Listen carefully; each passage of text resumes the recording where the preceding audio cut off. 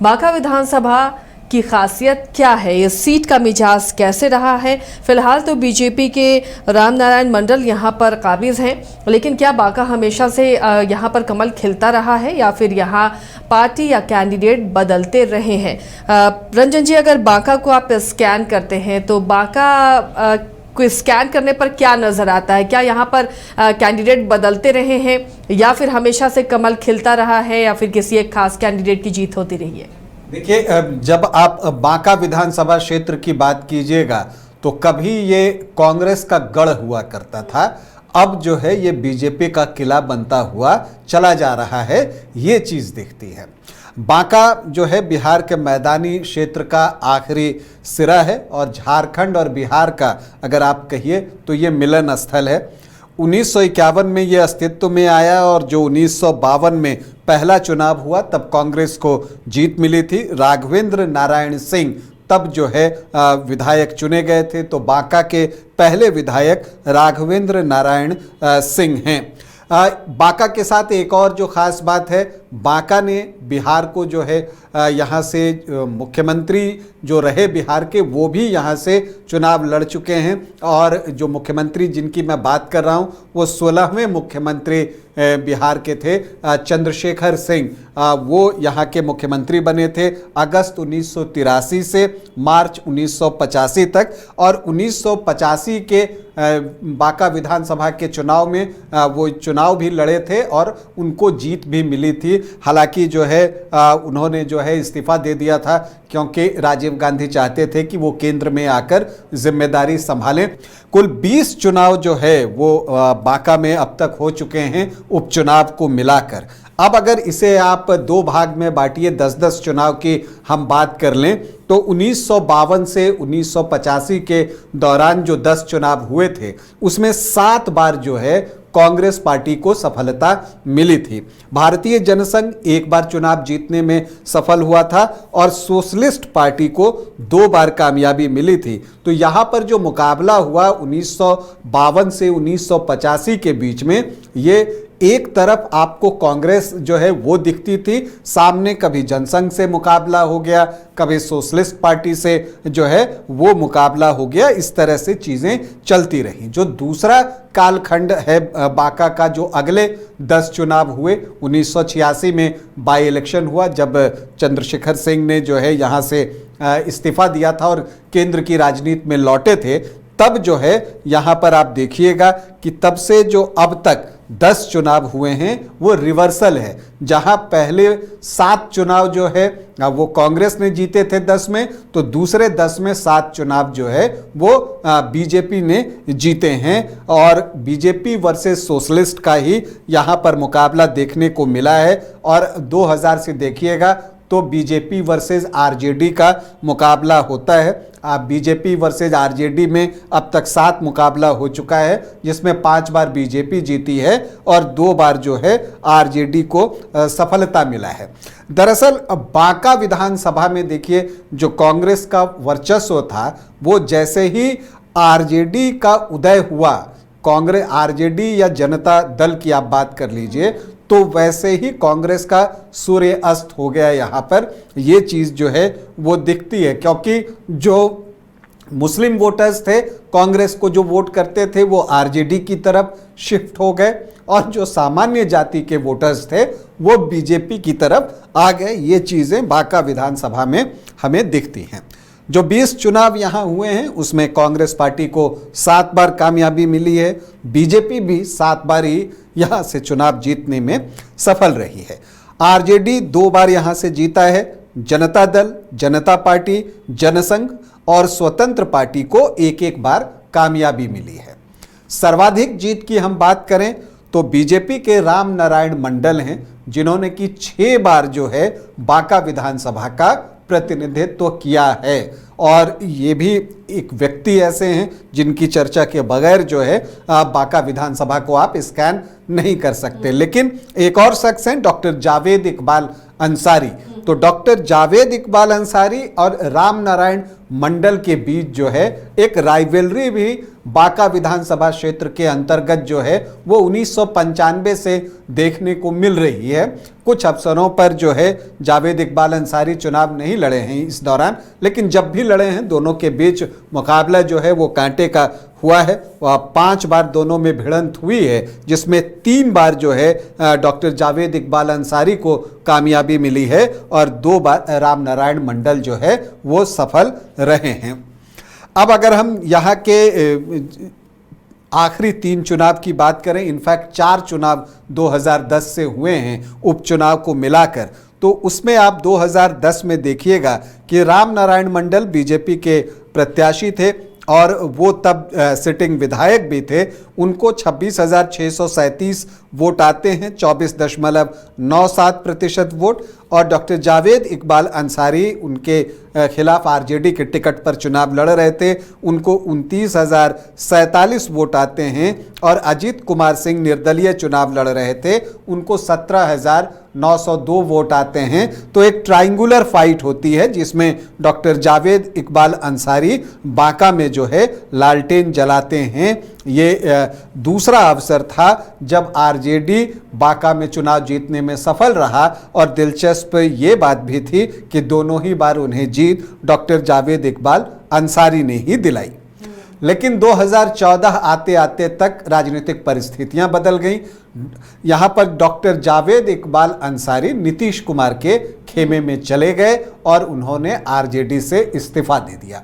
अब उसके बाद हुआ ये कि यहां उपचुनाव कराना पड़ा और जब उपचुनाव हुआ तो इकबाल हुसैन अंसारी आरजेडी के टिकट पर चुनावी मैदान में उतरे और सामने राम नारायण मंडल ही थे।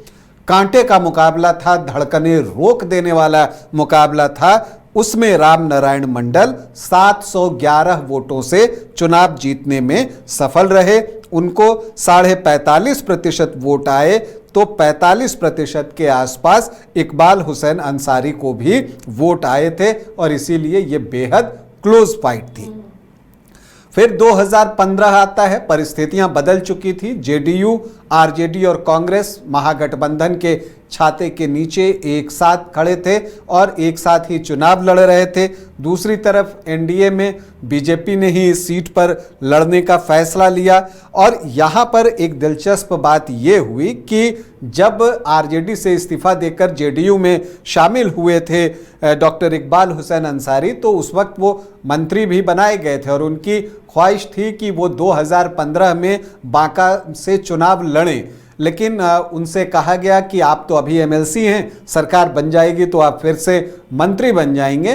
तो अभी जो है ये सीट चूंकि गठबंधन में आरजेडी को जा रहा है तो आरजेडी ही यहां से चुनाव लड़ता है। तो इस बार आरजेडी की तरफ से जफरुल होदा जो है वो चुनावी मैदान में उतरते हैं और अजीत कुमार सिंह जो पिछला चुनाव निर्दलीय लड़े थे, इस बार बीएसपी के टिकट पर चुनावी मैदान में होते हैं। फिर से एक ट्रायंगुलर फाइट होती है और राम नारायण मंडल को 48,649 वोट आते हैं, 35.63% वोट। जफरुल होदा जो आरजेडी के टिकट पर लड़ रहे थे, उनको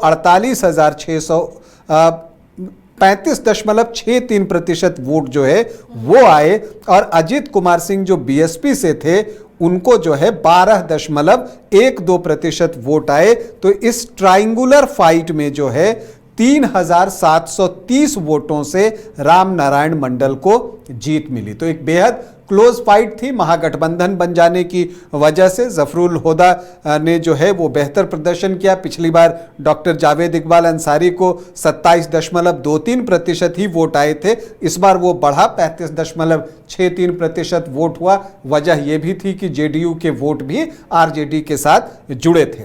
लेकिन एक दिलचस्प बात इन चुनावों के इतर बता दूं कि इसके बाद महागठबंधन की सरकार बनी थी 2015 में आशय जी, और उस वक्त जो है जब मंत्री बनाने की बात आई तो नीतीश कुमार चाहते थे कि डॉक्टर जावेद इकबाल अंसारी को मंत्री बनाया जाए, लेकिन तब लालू प्रसाद यादव, कहा जाता है ऐसा कि लालू प्रसाद यादव नहीं चाहते थे कि डॉक्टर जावेद इकबाल अंसारी मंत्री बने, और छोड़ा था उन्होंने। जी हाँ, और इसी वजह से वो मंत्री उस वक्त नहीं बन पाए थे। उनसे कहा गया कि बाद में आपको मंत्रिमंडल में शामिल कर लिया जाएगा। खैर 2020 में हम वापस बांका विधानसभा के रण क्षेत्र में पहुंचते हैं। राम नारायण मंडल 69,762 वोट लेकर आते हैं और उनके सामने डॉक्टर जावेद इकबाल अंसारी, जो कि फिर से आरजेडी में शामिल हो गए थे, और उस वक्त उन्होंने लालू प्रसाद यादव से रांची में ही मुलाकात की थी, जब यहाँ पर लालू प्रसाद यादव जो है रांची में रह रहे थे ये होटवार जेल में। तो उस वक्त वो उनसे उनकी मुलाकात हुई थी और उसके बाद वो आरजेडी में शामिल हुए थे। उनको टिकट मिला, 52,934 वोट लेकर आए, 33.2% वोट। और तब उपेंद्र कुशवाहा की पार्टी ने कौशल कुमार सिंह को यहाँ पर टिकट दिया, वो भी लगभग 7% वोट लेकर आ गए, 10,996। तो फिर से एक ट्रायंगुलर फाइट, जिसमें कि राम नारायण मंडल जो है 16,828 वोटों से चुनाव जीतने में सफल रहे और उनका मत प्रतिशत रहा लगभग 44%। तो अब सवाल उठता है कि 2025 में कौन? तो देखिए, जहां तक बीजेपी का सवाल है, राम नारायण मंडल उसके प्रबल दावेदार हैं चुनाव लड़ने के, क्योंकि 6 बार जो है उनको अब तक जीत मिल चुकी है। और एक चीज़ जो उनके आड़े आ रही है उम्मीदवारी की, उनकी उम्र है 72 साल की उनकी आयु हो गई है। लेकिन जो अन्य दावेदार हैं जिनकी हम चर्चा करें, दिगंबर मंडल, जिनको कि आदर्श मुखिया ऑफ बिहार का पुरस्कार मिला है, वो भी इस बात को कहते हैं कि अगर पार्टी टिकट देगी तो हम चुनाव लड़ेंगे बीजेपी से। लेकिन वो ये बात कहना नहीं भूलते कि विधायक जी ने बहुत अच्छा काम किया है और अभी भी वो स्वस्थ हैं, तो वो अगर चाहेंगे तो वो कंटिन्यू कर सकते हैं। लेकिन इसके साथ वो ये भी कहते हैं कि हमारी पार्टी ऐसी है कि पार्टी जिसे टिकट दे देती है वो चुनाव लड़ता है। जहां तक आरजेडी की बात है तो डॉक्टर जावेद इकबाल अंसारी का दावा सबसे पुख्ता है। जफरुल होदा भी जो है वो सोशल मीडिया पर जब मैं उनके गया तो वो एक्टिव दिखाई दे रहे हैं, और साथ ही एक बम यादव हैं, उनका नाम भी चर्चा में है। लेकिन जहां तक आप देखते हैं रिकॉर्ड, तो यहाँ एक चीज़ जो दिखी है, यहाँ आरजेडी जो है एमवाई में से एम को जो है प्रत्याशी के तौर पर बनाता है, तो और सफलता मिलती रही है। तो यहाँ उसी आधार पर जो उसे 2 सफलता मिली है वो उसी आधार पर मिली है। तो मुझे लगता है कि डॉक्टर जावेद इकबाल अंसारी या जफरुल होदा में से ही किसी को वो प्रत्याशी बनाएगा। जनसुराज पर सबकी निगाहें होंगी कि वो किस जाति से उम्मीदवार उतारता है, क्योंकि उससे जो जातीय समीकरण है उस पर असर जो है पड़ेगा और उससे चुनावी समीकरण पर असर पड़ सकता है। तो अब हम यहाँ के जातीय समीकरण की तरफ बढ़ें, जो कि एक अनुमान पर आधारित है। तो यहाँ जो अनुसूचित जाति हैं वो 11.26% हैं, जो एसटी वोटर्स हैं, अनुसूचित जनजाति 2.01% है, झारखंड से सटा हुआ इलाका है। जो मुस्लिम वोटर्स हैं वो 13.5% हैं, और जो यादव वोटर्स हैं वो 17 से 18% हैं। तो ये 30.5 से 31.5% का आंकड़ा एमवाई का पहुंचता है। राजपूत यहाँ 7.5 से 8% हैं, ब्राह्मण 7 से 7.5% हैं। तो सामान्य जाति की आप बात कीजिए तो 15 से 16% के आसपास ये आंकड़ा आता है, और कुइरी 7.5 से 8% और कुर्मी 1.5 से 2% के आसपास। तो कुशवाहा और कुर्मी मिलकर 9 से 10% के आसपास है। वैश्य वोटर्स की संख्या अच्छी है, 9.5 से 10%। तो जो एनडीए का आप देखते हैं कि जो वोट है वो 34 से 36% के आसपास पहुंचता है। तो आपको लगता है मुकाबला बहुत कांटे का है, एक तरफ 30.5 से 31.5%, दूसरी तरफ 34 से 36%। लेकिन यहाँ पर जो मंडल वोटर्स हैं वो की हैं, उनका मत प्रतिशत आप देखिए तो सिर्फ मंडल सरनेम आपको 7.9%, लगभग 8% दिखता है। और यहाँ चुनाव लड़ते हैं राम नारायण मंडल, तो वो वोट जो है बीजेपी की तरफ शिफ्ट होता है। तो ये आंकड़ा 34 से 36% से बढ़कर ये 42 से 44% हो जाता है और यहां पर वो डिफरेंस आता है। और इसीलिए आरजेडी अपनी क्या स्ट्रैटेजी अपनाता है इस पर निगाहें होंगी। वो एमओआई के इतर देखने की रणनीति बनाता है क्या, इतनी हिम्मत वो जुटा पाता है, ये देखना दिलचस्प होगा। क्योंकि अगर वो यहां पर वैश्य जाति से प्रत्याशी दे दे या कुशवाहा जाति से उम्मीदवार उतार दे और एमओआई इंटैक्ट रहे तो मुकाबला बहुत करीबी हो जाएगा। तो क्या ऐसी कोई रणनीति आरजेडी की तरफ से बनती है, ये देखना दिलचस्प होगा।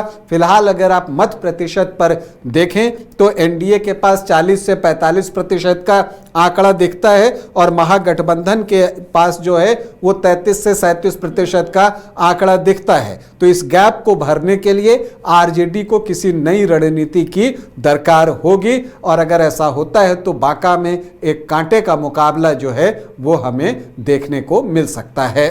तो ये बांका की पूरी कहानी थी और बहुत दिलचस्प रहेगा ये देखना कि दोनों तरफ से कैंडिडेट कौन होते हैं। क्या राम नारायण मंडल को फिर से बीजेपी मौका देगी या फिर कोई नया चेहरा दिखेगा, और इधर क्या आरजेडी को ये सीट मिलेगी तो आरजेडी क्या डॉक्टर इकबाल अंसारी पर भरोसा करता है या फिर दूसरे समीकरण की तलाश करता है। तो बांका में मुकाबला बेहद दिलचस्प।